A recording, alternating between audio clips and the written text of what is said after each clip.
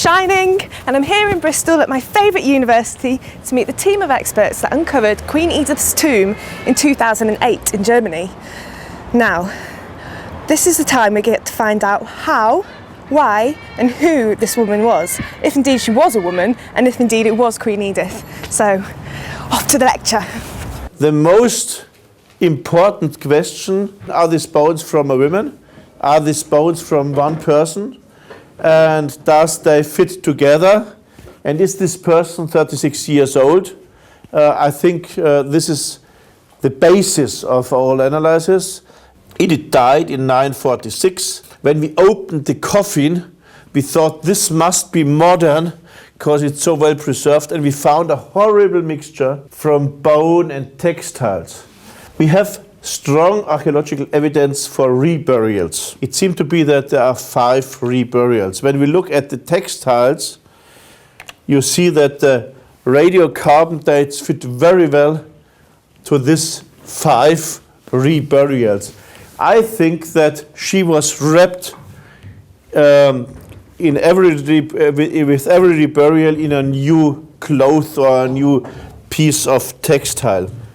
By botanical investigations, we found oat grain, and this oat grain is typical for a pillow. Maybe she had a pillow in the first sarcophagus. We found a flower decoration of the coffin, and especially the Juniperus sabina is a very strong smelling, a stinking flower, you know. This is used to overlay the smell of the dead persons.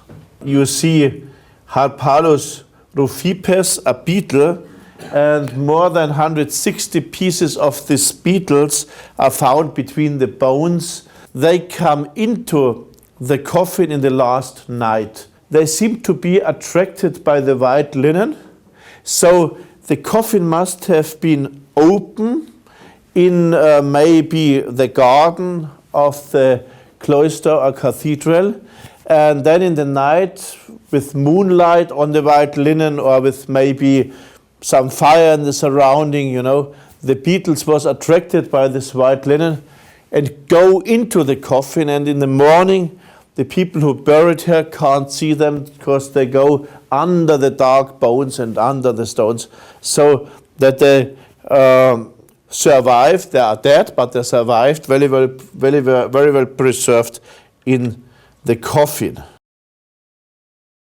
We took 4 teeth, they were loose teeth in the bottom of the coffin, and we took a thin slice out of each one of them, mounted it sideways, and then we measured strontium isotopes down the growth axis of a tooth. And because teeth form incrementally and begin to form at different parts of your life, you're basically getting a life history from birth, or just after birth, let's say, when this individual was 0, to the point at which the last bit of enamel on the tooth crown of the 3rd molar of your wisdom teeth ceases to form, and that's somewhere between maybe 13 and 14 years old. What I've also put on here is colour coding, which shows the expected strontium isotope ratios for Britain. Blue is basically Winchester, and green is anywhere from about 20 miles away from Winchester. So one could immediately interpret this as being consistent with an origin somewhere in the south of Britain, probably somewhere in the region of Winchester, because we have historical documentation that suggests that's the most likely place. We know that between maybe 9 or 10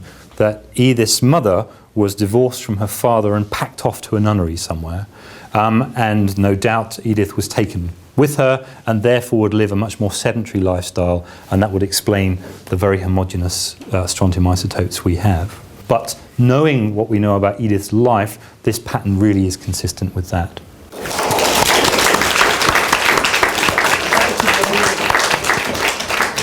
So the lecture is over, and it's confirmed the bones were indeed Princess Edith. Now, it's a beautiful example of archaeology, science and history coming together to prove a brilliant story and to take us on into the future.